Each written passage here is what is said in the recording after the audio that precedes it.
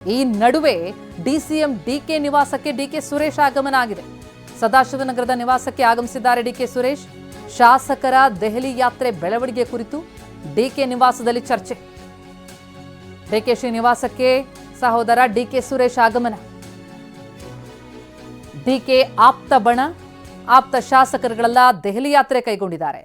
ಇದು ಬಹಳ ದೊಡ್ಡ ಚರ್ಚೆಗೆ ಕಾರಣ ಆಗಿದೆ. ಇದರ ಬೆನ್ನಲ್ಲೇ ಈಗ ಡಿಕೆ ಸುರೇಶ್ ಡಿಕೆಶಿ ನಿವಾಸಕ್ಕೆ ಬಂದು ಚರ್ಚೆ ಮಾಡೋದಕ್ಕೆ ಮುಂದಾಗಿದ್ದಾರೆ.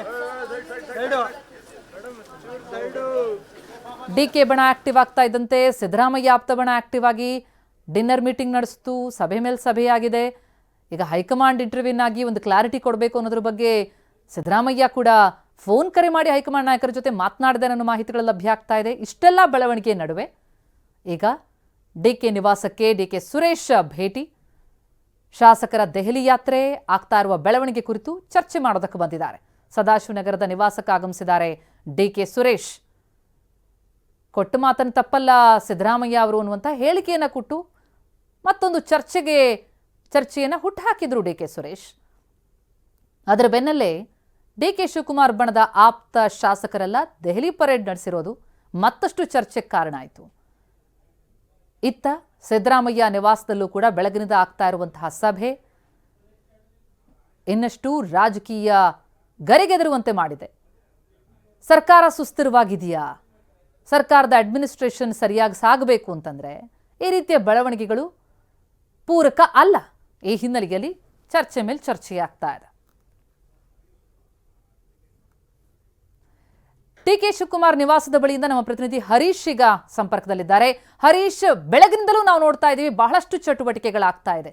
ಡಿಕೆ ಬಣ ಅಲ್ಲಿ ದೆಹಲಿ ಪರೇಡ್ ನಡೆಸ್ತಾ ಇದ್ರೆ, ಸಿಎಂ ಬಣ ಸಿಎಂ ನಿವಾಸದಲ್ಲಿ ಚರ್ಚೆ ಮೇಲೆ ಚರ್ಚೆ ನಡೆಸ್ತಾ ಇದೆ. ಹಾಗಾಗಿ ಇದು ಒಂದು ರೀತಿಯಲ್ಲಿ ಪಕ್ಷಕ್ಕೂ ಮುಜುಗರ ತರುವಂತಹ ವಿಚಾರ, ಜೊತೆಗೆ ಸರ್ಕಾರಕ್ಕೂ ಕೂಡ ಸರ್ಕಾರ ಸುಸ್ಥಿರವಾಗಿದೆ ಅನ್ನೋ ಪ್ರಶ್ನೆ ಸಹಜವಾಗಿ ಜನಸಾಮಾನ್ಯರಲ್ಲಿ ಹುಟ್ಟಾಕುವಂತೆ ಮಾಡುತ್ತೆ. ಹಾಗಾಗಿ ಈಗ ಡಿಕೆ ಶಿವಕುಮಾರ್ ಅವರ ನಿವಾಸದಲ್ಲಿ ಆಗ್ತಾ ಇರುವಂತಹ ಬೆಳವಣಿಗೆಯನ್ನು ವಿವರಿಸೋದಾದ್ರೆ, ಡಿಕೆ ಸುರೇಶ್ ಕೂಡ ಆಗಮಿಸಿರೋದ್ರಿಂದಾಗಿ ಮತ್ತಷ್ಟು ಕುತೂಹಲ ಇದೆ ಅಂತ.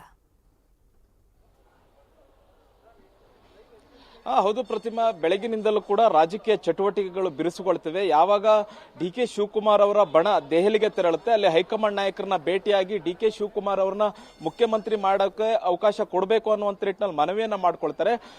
ಆ ಒಂದು ಪ್ರಕ್ರಿಯೆ ಆಗ್ತಿದ್ದ ಹಾಗೆ ಬೆಂಗಳೂರಿನಲ್ಲೂ ಕೂಡ ರಾಜಕೀಯ ಚಟುವಟಿಕೆಗಳು ಗರಿಗೆದರುವಂತಹದ್ದು. ನಿನ್ನೆ ಒಂದಷ್ಟು ಸಚಿವರುಗಳು ಸೇರಿ ಡಿನ್ನರ್ ಮೀಟಿಂಗ್ ಅನ್ನು ಮಾಡಿರುವಂತಹದ್ದು. ಈಗ ಸಿಎಂ ಸಿದ್ದರಾಮಯ್ಯ ಅವರ ನಿವಾಸಕ್ಕೂ ಕೂಡ ಅನೇಕ ಶಾಸಕರು ಸಚಿವರುಗಳು ಬಂದು ಭೇಟಿಯನ್ನ ಕೊಡ್ತಾ ಇದ್ದಾರೆ. ಸದ್ಯಕ್ಕೆ ಡಿಕೆ ಶಿವಕುಮಾರ್ ಅವರು ಕೂಡ ನಿನ್ನೆ ರಾತ್ರಿವರೆಗೂ ಕೂಡ ಮನೆಯಿಂದ ಹೊರಗಡೆ ಹೋಗಿದ್ದರು. ರಾತ್ರಿ ಮನೆಗೆ ಬಂದಿದ್ದಾರೆ. ಬೆಳಗ್ಗೆ ಇನ್ನೂ ಕೂಡ ಒಂದಷ್ಟು ಶಾಸಕರುಗಳು ಭೇಟಿಯನ್ನ ಕೊಟ್ಟಿದ್ದಾರೆ. ಸದ್ಯಕ್ಕೆ ಈಗ ಸಹೋದರರಾದಂತಹ ಡಿಕೆ ಸುರೇಶ್ ಅವರು ಈಗ ಡಿಕೆ ಶಿವಕುಮಾರ್ ಅವರನ್ನ ಭೇಟಿಯಾಗಿರುವಂತಹದ್ದು. ಅಂದ್ರೆ ಒಂದು ರೀತಿಯಾದಂತಹ ರಾಜಕೀಯ ಚಟುವಟಿಕೆಗಳು ಈಗ ಗರಿಗೆದರುತ್ತಾ ಇವೆ. ಅಂದ್ರೆ 2.5 ವರ್ಷ ಆಗ್ತಾ ಇದೆ. 2.5 ವರ್ಷ ತುಂಬಿದಂತಹ ಸಂದರ್ಭದಲ್ಲಿ ಒಂದು ಒಪ್ಪಂದದ ಮಾತುಕತೆಗಳು ಕೂಡ ಚರ್ಚೆಗೆ ಬಂದಿರುವಂತಹದ್ದು. ಹೈಕಮಾಂಡ್ ವಲಯದಲ್ಲಿ ಒಪ್ಪಂದ ಆಗಿದೆ. ಆ ಒಪ್ಪಂದವನ್ನ ಈಡೇರಿಸಬೇಕು, ಕೊಟ್ಟ ಮಾತನ್ನ ಈಡೇರಿಸಬೇಕು ಅನ್ನುವಂತಹ ನಿಟ್ಟಿನಲ್ಲಿ ಡಿಕೆ ಸುರೇಶ್ ಅವರು ಒಂದು ಮಾತೇನ ಆಡಿದ್ರು. ಆ ನಂತರ ರಾಜಕೀಯ ಚಟುವಟಿಕೆಗಳು ಗರಿಗೆದರಿರುವಂತಹದ್ದು. ಒಂದಷ್ಟು ಶಾಸಕರಿಗಾಗಲೇ ದೆಹಲಿಗೆ ತೆರಳಿರುವಂತಹದ್ದು.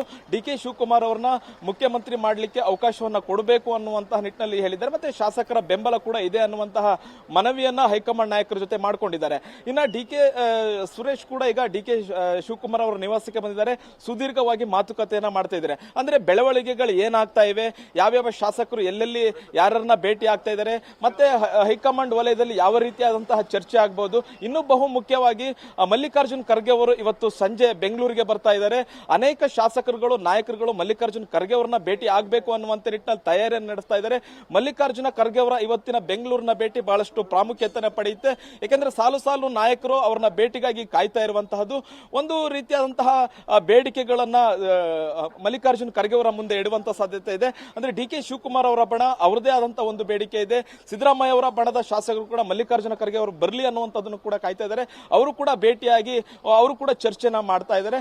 ಮಲ್ಲಿಕಾರ್ಜುನ ಖರ್ಗೆ ಅವರ ಆಗಮನ ನಿರೀಕ್ಷೆಯಲ್ಲಿ ಎಲ್ಲಾ ನಾಯಕರಿಗೆ ಇರುವಂತಹದ್ದು. ಪ್ರತಿಮಾ, ಥ್ಯಾಂಕ್ಸ್ ಹರೀಶ್ ತಮ್ಮ ಮಾಹಿತಿಗೆ.